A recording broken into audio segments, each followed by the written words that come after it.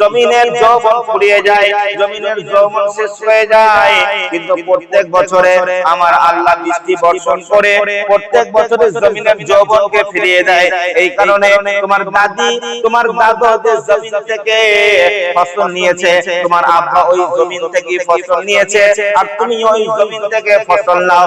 জমিনকে আমার আল্লাহ কত বড় নিয়ামত করে বানিয়েছেন, কত বড় নিয়ামত করে বানিয়েছেন, কত বড় নিয়ামত করে বানিয়েছেন। এই জমিনের ভেতরে পেট্রোল আছে, এই জমিনের ভেতরে ডিজেল আছে, এই জমিনের ভেতরে আলকাতরা আছে, এই জমিনের ভেতরে কেরোসিন আছে, এই জমিনের ভেতরে আল্লাহ সোনা রেখে দিয়েছেন। তাহলে জমিনের ভেতরে আবার কয়লা পাবে।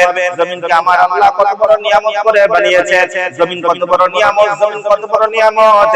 এই জমিন থেকে, জমিন হলো একটাই, কিন্তু এই জমিন থেকে আপনি লাল পাবেন, হলুদ পাবেন, সাদা পাবেন, বেগুনি পাবেন, নানান রং বেরঙের ফুল আপনি জমিন থেকে পাবেন। আবার এই জমিন থেকে আপনি মিষ্টি পাবেন, তেতো পাবেন, টক পাবেন, ঝাল পাবেন।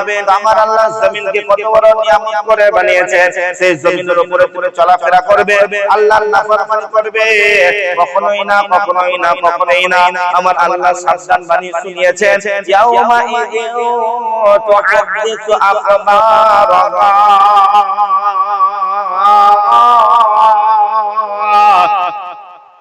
জমিনের উপরে দাঁড়িয়ে দাঁড়িয়ে আল্লাহ